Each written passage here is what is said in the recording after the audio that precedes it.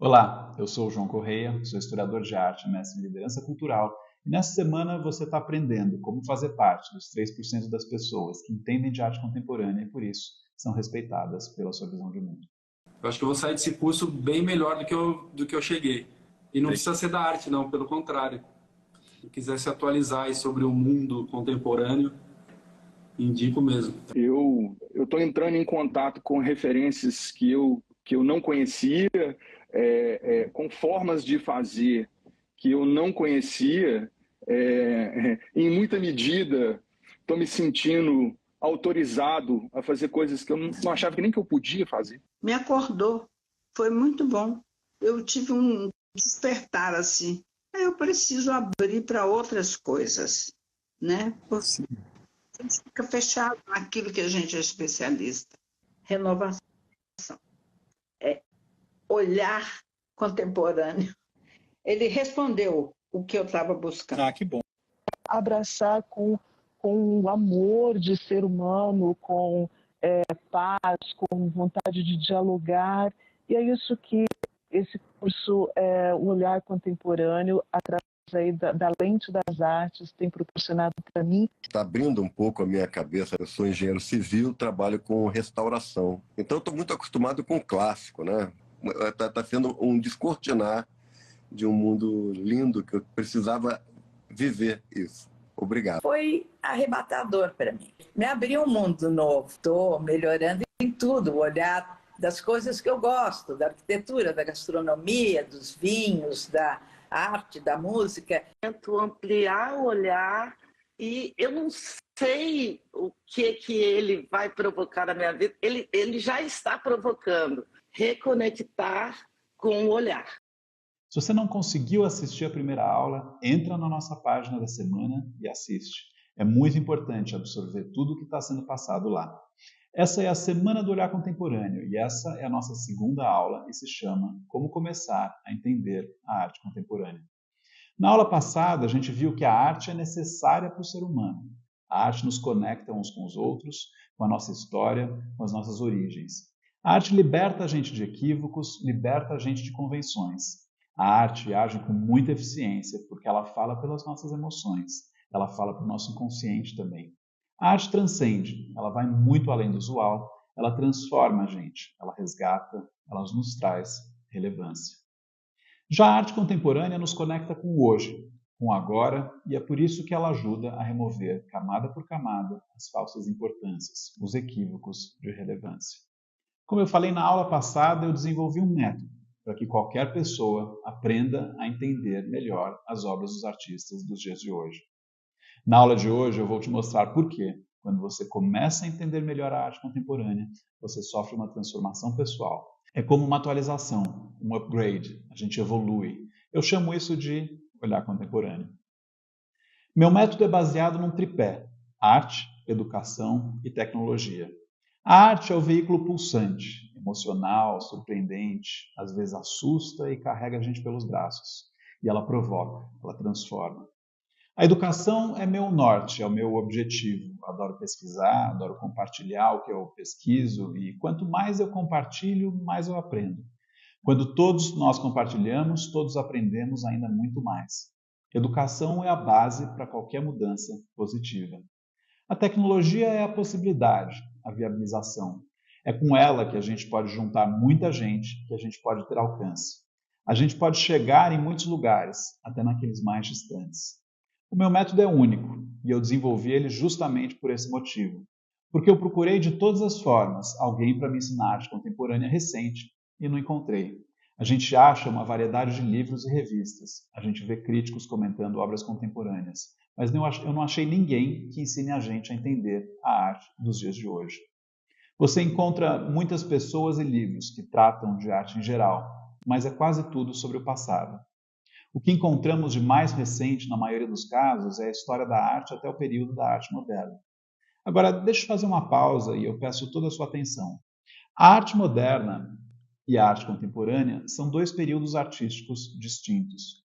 A arte moderna é um período artístico que surgiu no final do século XIX e se estendeu até cerca dos anos 60. A arte moderna é caracterizada pela experimentação, pela inovação e rejeição das tradições artísticas do passado. Nós temos grandes nomes nesse período na história da arte que nos ajudam a situarmos, como, por exemplo, Anita Malfatti, Tarsila do Amaral, Cândido Portinari, Pablo Picasso, Salvador Dalí, Kandinsky, Henri Matisse, todos grandes artistas modernos. E mesmo com toda a transformação na linguagem e na técnica que eles trouxeram, a grande maioria das obras é contemplativa. Você entra no museu e olha para a parede. Lá está um quadro de Picasso, um desenho. Nesse ambiente você pode encontrar uma escultura. Você dá a volta e vê aquela obra. A arte contemporânea também pode ser contemplativa, mas ela não para aí. Ela pode vir em uma pluralidade tão grande de suportes e técnicas que até é difícil elencar aqui. Instalação, vídeo, performance, texto, diagramas, animação, marionetes, algoritmos e muito, muito mais. Ela não tem só os suportes tradicionais, como a tela, o papel, o mármore e o bronze. Tem uma infinidade de outras possibilidades. A arte contemporânea pode ser feita para o olhar também, mas não só para o olhar. Ela pode ser imersiva ou pode ser um conceito.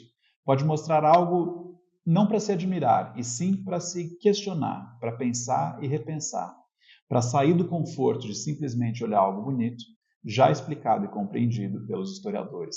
A arte contemporânea trata do hoje, do agora, e tem acontecido muita coisa feia hoje em dia, coisas que não devem ser varridas para baixo do tapete da beleza estética. Eu fiz essa pausa para ficar bem claro o que estamos falando aqui. Até a arte moderna, a história já foi escrita. É a arte dos nossos antepassados. A arte contemporânea ainda está fazendo história, assim como você e eu. Nós ainda estamos ativos aqui. E essa é a nossa arte, a arte do nosso tempo. É uma arte que precisa de um olhar atento, precisa de desprendimento, de soltar as amarras, de escutar outras narrativas, outras culturas, outras crenças e descrenças também. A arte contemporânea pode ser participativa e, muitas vezes, mais do que isso, uma arte que permite a cocriação, ou seja, a criação em conjunto. Ela colabora junto com outras áreas da produção humana. Ela envolve muita gente. Por isso, o meu método trabalha com uma grande variedade de pessoas. E quando a gente soma essas três forças, a arte, a educação e a tecnologia, quando a gente junta tudo do jeito certo, a gente tem o olhar contemporâneo. E quando a gente tem esse olhar, sai de baixo. As pessoas à nossa volta percebem. Elas querem ouvir você, elas querem estar perto de você. Você pode ir agora numa galeria de arte e comprar uma obra para colocar na sua parede e olhar para ela todos os dias. Eu mesmo tenho várias em casa. Tenho quadros que eu ganhei, quadros que meu avô pintou. Nada de errado com isso. Mas quando a gente fala do olhar contemporâneo, a gente não fala mais da nossa parede da sala. Para isso ficar mais claro, hoje eu quero fazer uma viagem com vocês pelas obras de 3 artistas contemporâneos, dos grandes. Se prepara, porque vai ser um passeio intenso. Abre o seu coração e aperta o cinto. Vamos começar com uma obra em especial que eu visitei na Bienal de Veneza de 2019. Essa Bienal é uma exposição colossal, porque cada país tem um pavilhão inteiro só para os seus artistas. Um dos pavilhões apresentava a instalação Hospital de Campo X. A obra apresenta uma instituição internacional móvel, criada pela artista Aya Ben-Rom. Olha que beleza essa possibilidade da arte contemporânea, de criar uma instituição como obra de arte. Olha que espetáculo. Essa obra é um hospital móvel. Ela tem um compromisso de pesquisar como a arte pode reagir e agir diante das mazelas sociais, aprendendo com a estrutura e a prática de hospitais, organizações de manutenção da saúde, resorts de cura. O Field Hospital X, em português seria o Hospital de Campo X, oferece um espaço no qual vozes silenciadas podem ser ouvidas, injustiças sociais podem ser vistas e tratadas. O Hospital de Campo X recebeu durante essa Bienal 180 mil visitantes, dos quais 80 mil completaram todo o processo. Isso era a capacidade total do hospital. Depois dessa exposição, o Hospital de Campo X continua a viajar para vários locais ao redor do mundo para se desenvolver e expandir. Eu vou contar como foi a minha experiência por lá. Quando a gente entrou na exposição, foi exatamente como se estivesse entrando em um hospital. A instalação já foi desenhada para a gente ter essa sensação, para a gente se sentir como paciente. E aí eu me encontrei pensando, será que até agora eu achava que eu estava saudável? Por que eu me sentia saudável, mas eu estava entrando num hospital que estava propondo me tratar. E se eu tivesse mesmo doente e não soubesse? A gente de cara começa a ter essas reflexões. Aí depois eu pensei, será que a gente se acostumou com algum tipo de comportamento doentio? Será que a gente pode aproveitar esse lugar para se livrar desses comportamentos? A arte contemporânea é colaborativa. Uma obra dessas pode ser algo prático que realmente cruza com o dia a dia da medicina. Afinal, eu me sentia ali num hospital de verdade. Enquanto esperávamos o atendimento, as pessoas começaram a conversar sobre o acesso à saúde no mundo, as doenças do nosso tempo, o sistema de saúde público. O que é dito na mídia sobre a saúde e a necessidade de discutir mais sobre esse assunto. Também discutimos o que os governos estão fazendo em relação à saúde. Era a Bienal de Veneza, ou seja, tinha gente de todo lugar do mundo ali naquela sala de espera.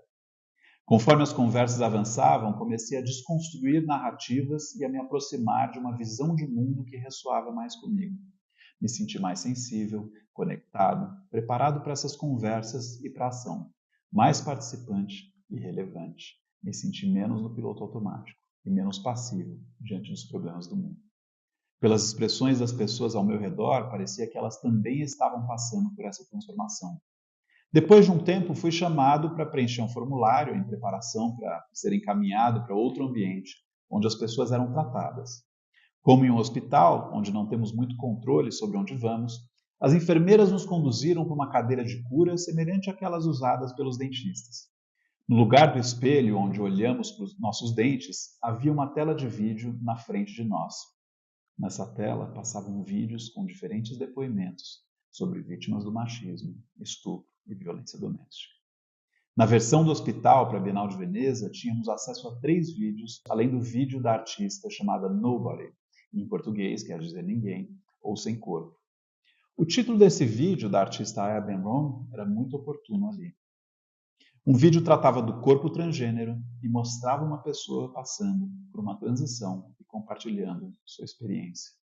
Outro vídeo abordava o sequestro de crianças como resultado do racismo. Esses vídeos me fizeram lembrar de como meu avô falava dos gays e dos danos que isso pode ter causado. Me lembrei do bullying que eu sofria na escola simplesmente por não gostar de jogar futebol, ou por ter cabelo crespo, ou por não querer usar um tênis de marca.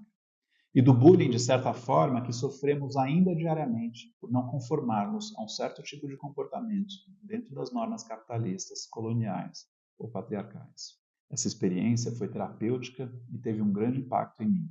Ela me conectou com minha essência e minha memória, me libertando de equívocos e potenciais sofrimentos passados que podem levar à depressão ou a outras enfermidades.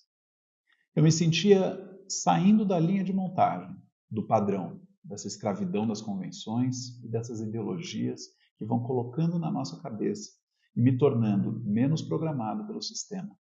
Eu ia me tornando mais autêntico e relevante, pensando que todo mundo deveria passar por isso. A artista queria criar um espaço onde as pessoas pudessem falar sobre seus próprios traumas do jeito delas, onde elas pudessem testemunhar sobre o que aconteceu com elas, mas não por meio de canais convencionais, como a polícia ou os tribunais. Ela queria criar uma plataforma onde as pessoas pudessem contar sua história sem estar sob investigação e sem colocar sua credibilidade e confiabilidade em dúvida. Ela procurava vídeos diretos que fossem testemunhos de crimes perpetrados pela sociedade. Eu queria que o hospital tomasse uma posição. Eu queria encontrar artistas e criadores que tivessem realmente com raiva e ambição de falar, revelar e protestar contra algo muito ruim que aconteceu com eles ou alguém próximo a eles. Não é que a gente tenha que decidir quais males sociais são os mais relevantes agora, mas a gente queria escolher vozes. Depois de assistir aos vídeos, os visitantes podiam assistir a complementos, outras opiniões de especialistas em várias áreas do conhecimento: filosofia, direito, medicina, psicanálise, educação e antropologia. A artista achou necessário ter esses vídeos depois dos depoimentos em primeira pessoa para que os visitantes tivessem a opção de ter mais informações e outra perspectiva, além de ver como esses especialistas colocavam em palavras o que geralmente é muito difícil para nós articularmos. A artista percebeu que muita gente ficava sem fala depois de assistir esses vídeos. Afinal, estamos falando de vídeos que causam muitas emoções nas pessoas, muita comoção, às vezes até lágrimas, às vezes estranhos risos. Então ela achou um jeito para a gente colocar tudo isso para fora. Uma enfermeira vinha no final do vídeo e nos levava para uma outra parte da instalação que eles chamavam de unidade de segurança, onde a gente era encorajado a entrar em cabines nessa unidade e colocar essas emoções para fora como se fosse uma catarse. Se ouvia as pessoas gritando dentro das outras cabines. E aí, à medida que eu ouvia isso, eu me sentia à vontade também de gritar e externar essas angústias. Depois eu pensei, não tem como a arte tratar dos problemas de hoje como no passado. Imagina como é que seria, pensando ali do ponto de vista de quem aprecia a arte, quem estuda a arte, quem trabalha com pessoas que produzem arte como espectadores, como é que seria a gente tratar esses assuntos todos numa pintura estilo realista francês do século XIX, tipo Bouguereau. Essas novas abordagens são um poder único da arte contemporânea. Esse contato com a arte atual permite que a gente entenda o que vivemos hoje de outro jeito, e isso atualiza o nosso cérebro. Aya Ben-Rom é fundadora e diretora desse hospital, que em inglês a gente chama de Field Hospital X, em português é o Hospital de Campo X. Ela é uma artista multidisciplinar que, além disso, é professora em uma universidade. A obra dela examina percepções sociais e representações visuais do doente, da doença e do contexto cultural e histórico, onde essa doença se forma. É pela observação de situações traumáticas, físicas e mentais, que os trabalhos dela mostram a motivação humana. E é bem clara a sua própria paixão pessoal de resgatar, de recuperar e de reparar essas doenças. Aya Ben-Rom questiona convenções científicas, teorias psicológicas, filosofias espirituais, e ela opta por se concentrar na essência da ética médica e, acima de tudo, nas relações de poder entre os fortes e os fracos. No entanto, o trabalho dela também apresenta a necessidade de submissão a um cuidador e a crença inerente na capacidade de recuperação. Isso é muito bonito. Ela usa várias táticas estéticas, ela examina conceitos de beleza e perfeição para desvendar a perspectiva de cura, tanto no sentido público quanto no pessoal. Agora vamos conhecer uma outra obra incrível, a nossa segunda obra de hoje. Se chama O Fim da Assinatura. É uma obra da artista Agnieszka Current. Vamos usar a imaginação aqui. Vamos imaginar uma mão gigantesca, mas invisível, assinando repetidamente a fachada do Museu Guggenheim, esse museu importante de Nova York, com uma tinta de luz que lembra uma assinatura feita de neon. Basicamente, é uma obra que apresenta uma assinatura que é, na verdade, a combinação de milhares de assinaturas processadas num computador. São assinaturas coletadas e convertidas num único padrão por meio de um software criado pela artista em colaboração com alguns programadores com a participação do público. A forma dessa assinatura vai evoluindo sem parar. Isso porque cada visitante do museu que queira fazer parte da obra pode assinar um pedaço de papel e ter essa assinatura digitalizada e processada pelo algoritmo. Além da fachada, na construção dessa obra, tinha uma máquina chamada AutoPen, instalada lá dentro no prédio do museu. E aí você vai me perguntar, mas João, o que é um AutoPen? No começo foi um equipamento construído ali no início do século XIX para o presidente americano Thomas Jefferson. É uma máquina que permitia que o presidente multiplicasse uma grande quantidade das assinaturas dele como se fossem de forma manuscrita. Mas essa exposição é muito atual, porque na instalação, de um lado, a gente tem uma torre de papel e uma caneta. No centro, a gente tem um buraco, como aqueles de colocar correspondências.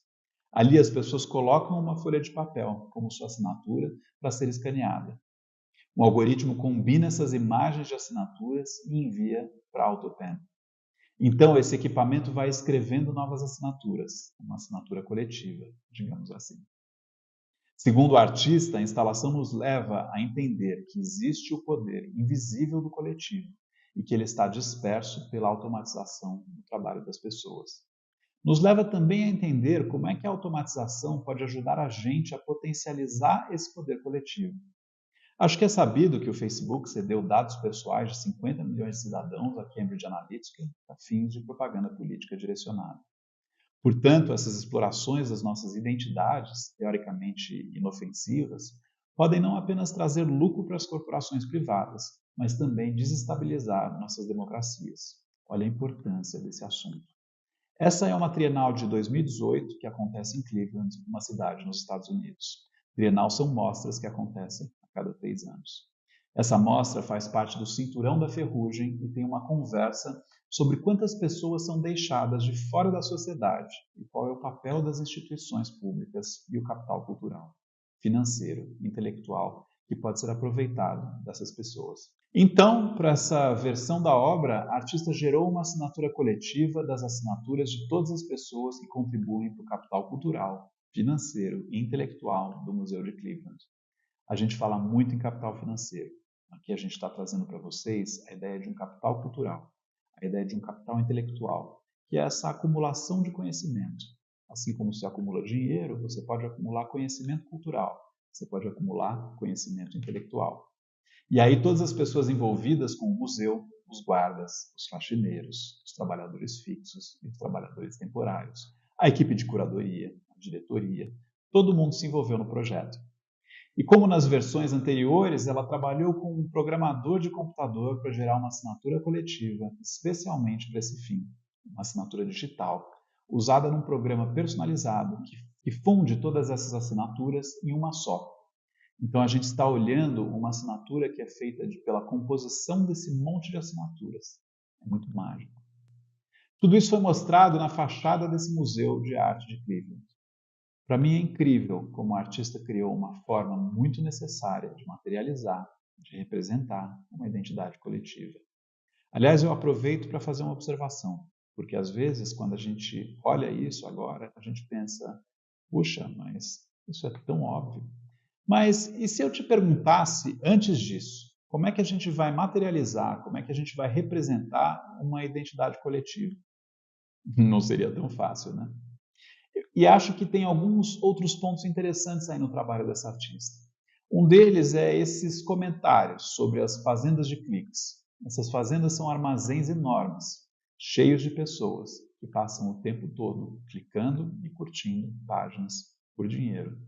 As fazendas de cliques ou fazendas de trolls vão criando desinformação, notícias falsas e postando elas para gerar ondas de energia positiva ou negativa. Tudo isso está sendo aproveitado e colhido pelos algoritmos na assinatura coletiva. Algoritmos permitem quantificar e valorizar essa energia social. O meu trabalho é sobre como a potência do coletivo pode ser usado para boas causas. Seu valor pode até ser calculado. O projeto Fim da Assinatura reflete ainda mais essa linha de pensamento, esse poder invisível e adormecido, que pode ser agregado quando as pessoas se unem por um movimento social ou uma causa comum. Desde 2013, a Agnieszka Karen vem criando assinaturas coletivas para diversas comunidades e movimentos sociais. A primeira delas foi em Utrecht, na Holanda, na praça pública principal, onde estava acontecendo uma coisa perturbadora. O centro da cidade foi, na maior parte, privatizado, mas tinha 1.000 pessoas que viviam no conjunto habitacional naquela antiga praça pública. O prédio é dos anos 70 e moram 3 gerações ali. Por ser um conjunto habitacional, ele se tornou uma espécie de ilha de propriedade pública no meio de um ambiente de propriedades privadas. Teve então uma conversa entre os moradores do conjunto se o espaço ainda pertencia a eles ou não. Isso reflete a ideia de que existe um capital fantasma, no caso, o capital desse grupo que mora nessa comunidade, mora nesse conjunto habitacional. É uma potência coletiva que está adormecida e que pode ser agregada.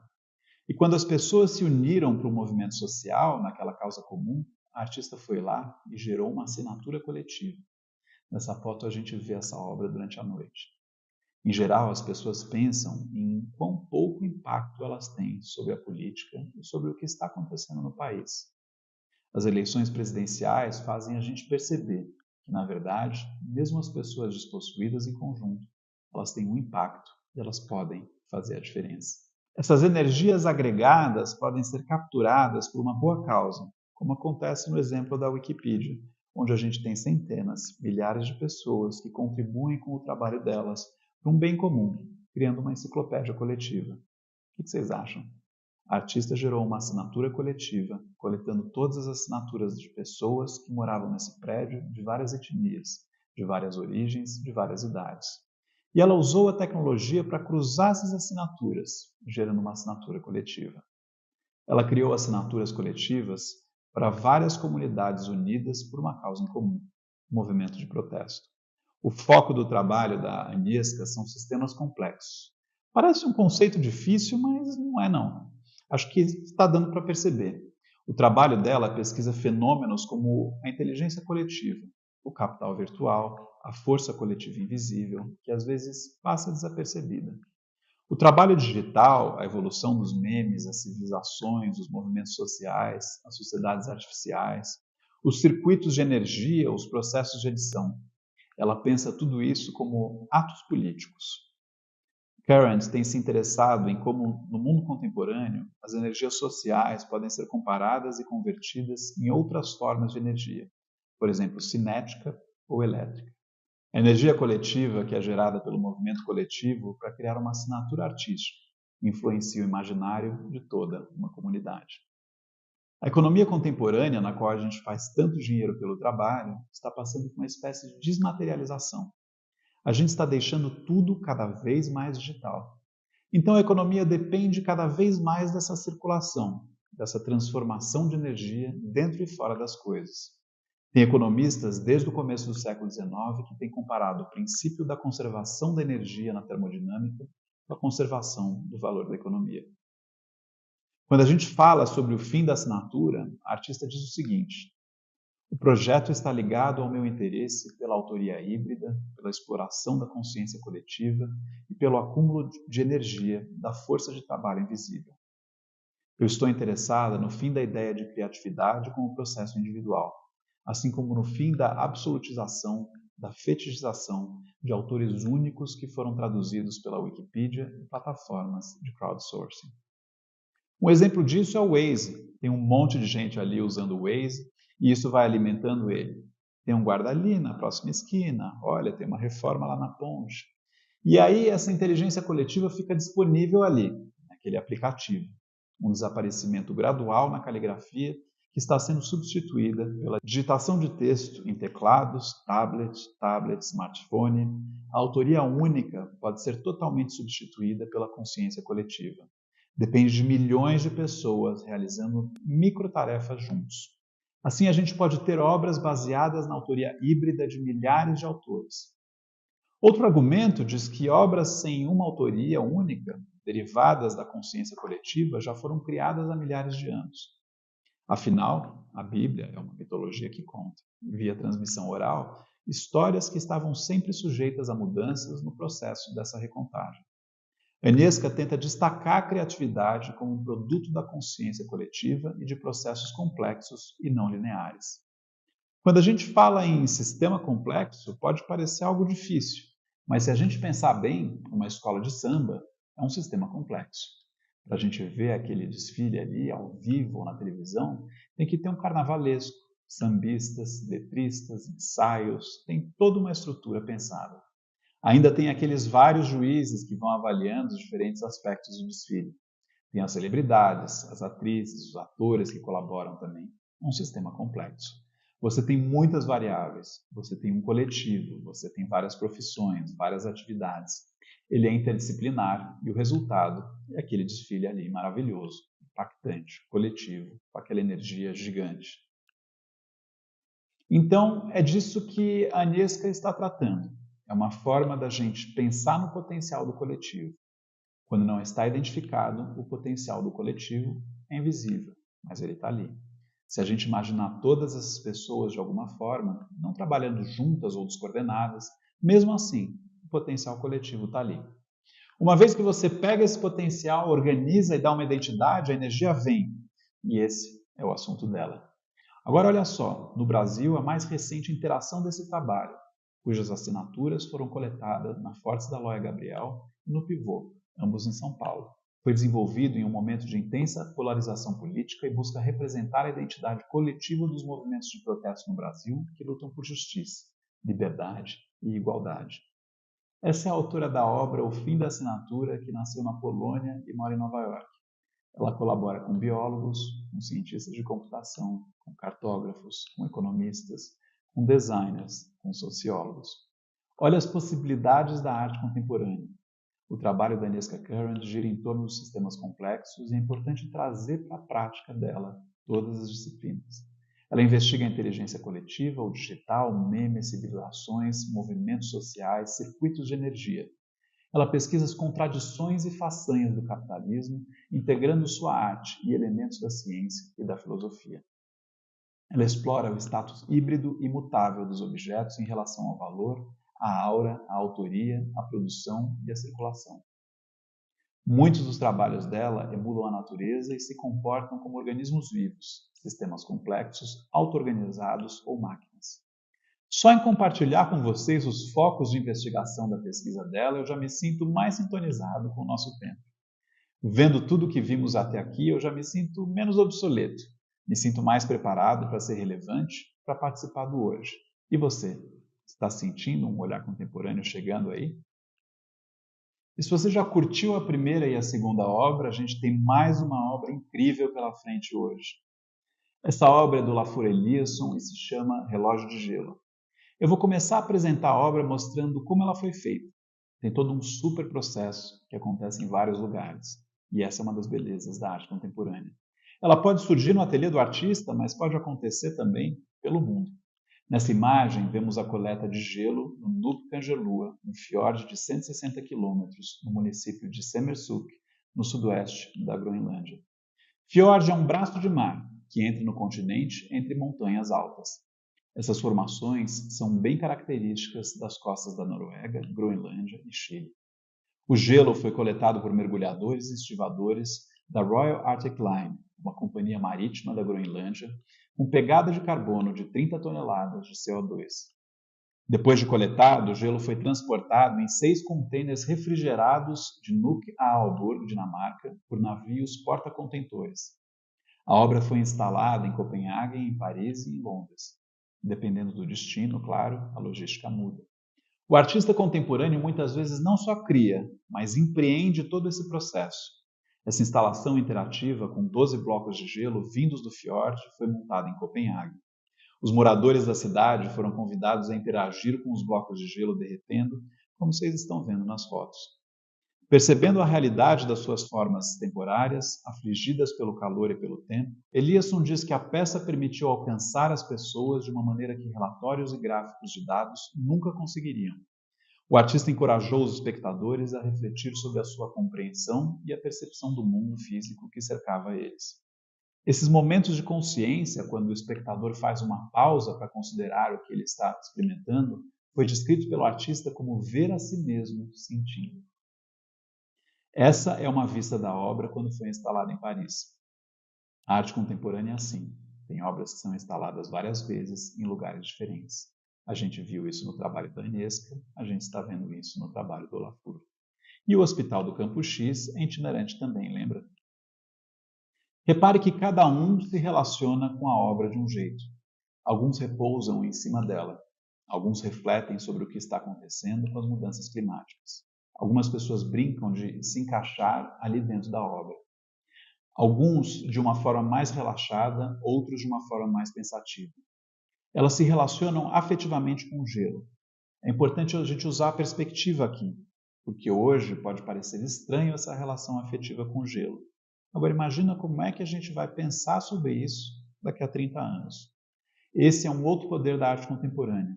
Se ter uma experiência hoje sobre uma perspectiva de futuro. Aqui você tem uma vista geral da obra. Olha só, a gente vê 12 blocos de gelo, imensos, colhidos de icebergs, um fiord na Groenlândia, dispostos nessa formação de relógio na Praça do Panthéon, a Praça do Panthéon, em Paris, onde eles derreteram, de 3 a 12 de dezembro de 2015, justamente no período da COP21, a Conferência das Nações Unidas sobre as Alterações Climáticas. Pergunta se essa obra causou. Ela acrescentou muito para o debate sobre as mudanças climáticas. Você tem alguma dúvida? A arte contemporânea consegue transformar um assunto em uma experiência e amplificar o debate e a compreensão.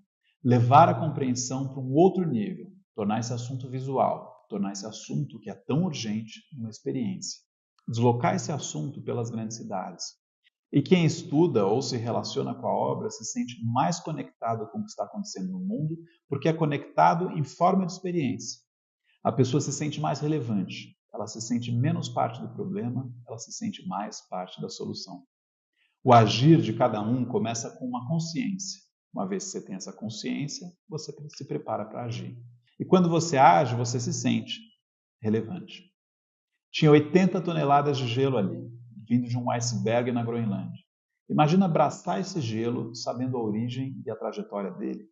E ainda por cima, abraçar ele num formato de relógio, ver o tempo nele, ver o tempo derretendo no meio de uma das cidades mais visitadas do mundo. É isso que está acontecendo com a gente hoje. A gente está vivendo uma época em que o tempo está acabando, o tempo está derretendo.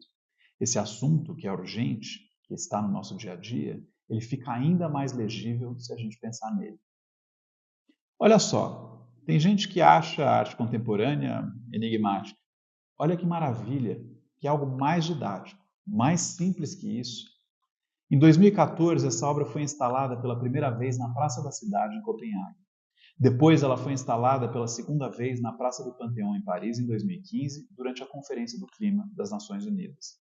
Em 2018 e 2019, ela foi para a sede europeia da Bloomberg, em frente à Tate Modern, esse importante museu em Londres. Já vou falar sobre a Bloomberg. Um relógio agindo como se fosse uma metáfora para a gente criar uma espécie de contagem regressiva pelo gelo à medida que ele vai derretendo. É uma contagem regressiva que está acontecendo. É uma contagem regressiva antecipada, que a humanidade enfrenta à medida que as temperaturas e o nível do mar continuam subindo. Bloomberg é uma rede de televisão super importante, das maiores do mundo, que transmite notícias econômicas 24 horas por dia. Agora, imagine o impacto de você ser confrontado com esse assunto.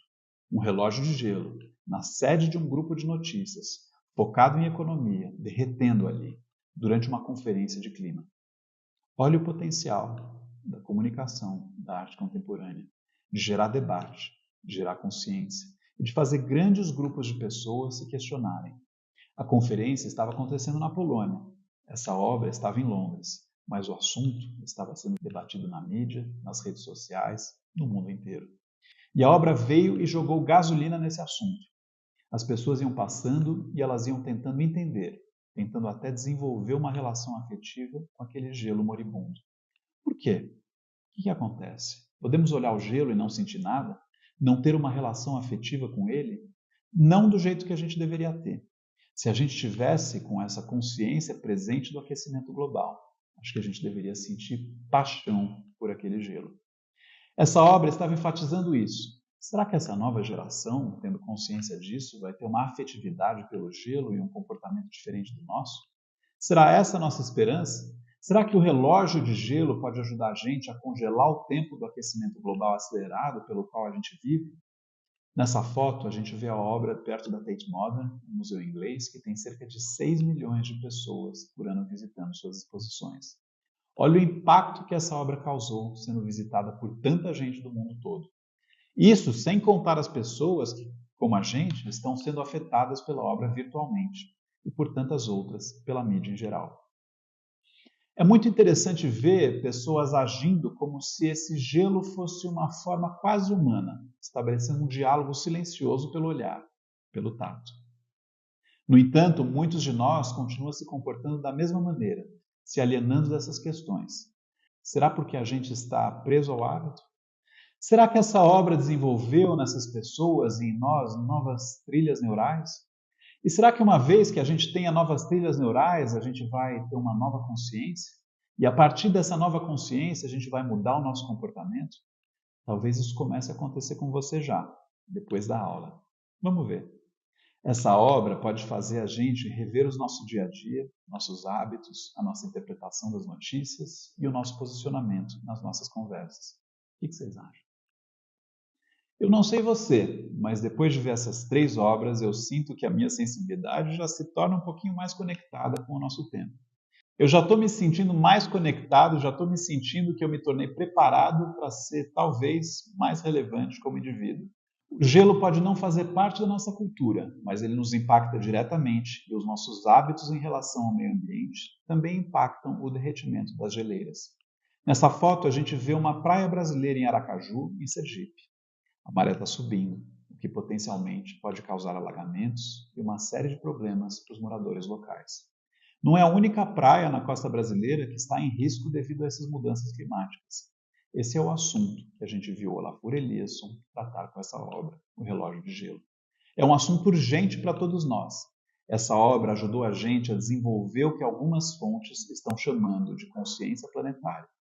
Olafur Eliasson é um artista dinamarquês-islandês conhecido por esculturas e instalações de arte em larga escala, empregando materiais elementares como luz, água e temperatura do ar para aprimorar a experiência do espectador. Em 1995, ele fundou o Estúdio Olafur Eliasson em Berlim, um laboratório de pesquisa espacial. Olafur envolve vários projetos no espaço público. Como grande parte do seu trabalho, a escultura explora o terreno comum entre a arte e a ciência. No Brasil, temos obras dele em Iotim e aquele museu em Minas Gerais. Eu trouxe esses 3 exemplos para te falar não só como a arte contemporânea é legal, meu ponto é outro. Esses artistas mostram para você que, vindos de vários lugares, de culturas bem diversas, os temas nos quais eles trabalham têm muito mais a ver com as grandes questões de hoje. Aquelas que importam de verdade. Vamos ser sinceros, a gente não se atém tanto assim às coisas do mundo, a não ser quando elas explodem na nossa frente. Mas quem tem um olhar mais apurado para o mundo de hoje, para o nosso mundo contemporâneo, vai estar sempre um ou até muitos passos à frente. Não por acaso, a grande maioria das pessoas que frequentam o meu curso, que vem atrás de um olhar contemporâneo, elas não são das artes, elas querem se aprimorar, tanto pessoalmente quanto profissionalmente. Lá a gente é treinado para evoluir pelo estudo da arte, mas isso é um assunto para depois. O que eu quero que você faça agora é visitar os sites sobre esses artistas e trocar links com o pessoal que está lá na nossa comunidade secreta, no nosso Face, na Semana do Olhar Contemporâneo. Clica aí embaixo e não deixa de participar. Afinal, quem está lá é como você. É gente que quer fazer parte dos 3% das pessoas que entendem de arte contemporânea e por isso são respeitadas pela sua visão de mundo. Você não pode perder a nossa próxima aula. Tem muita gente que diz que é impossível entender a arte contemporânea e o que querem dizer os artistas dos dias de hoje. Eu vou te mostrar que, na verdade, é o contrário. Não à toa, o nome da nossa terceira aula é Eu Posso Entender a Arte Contemporânea. Você também vai entender que cada artista segue uma linha de trabalho na arte de hoje e que essa arte é relevante também por ser diversa, como é o nosso mundo atual, que não é mais um pintor e a sua tela, um escultor e sua pedra. E eu vou te mostrar que mesmo não morando num grande centro, mesmo sem fazer cursos em escolas internacionais, você pode conquistar o seu olhar contemporâneo. Até lá!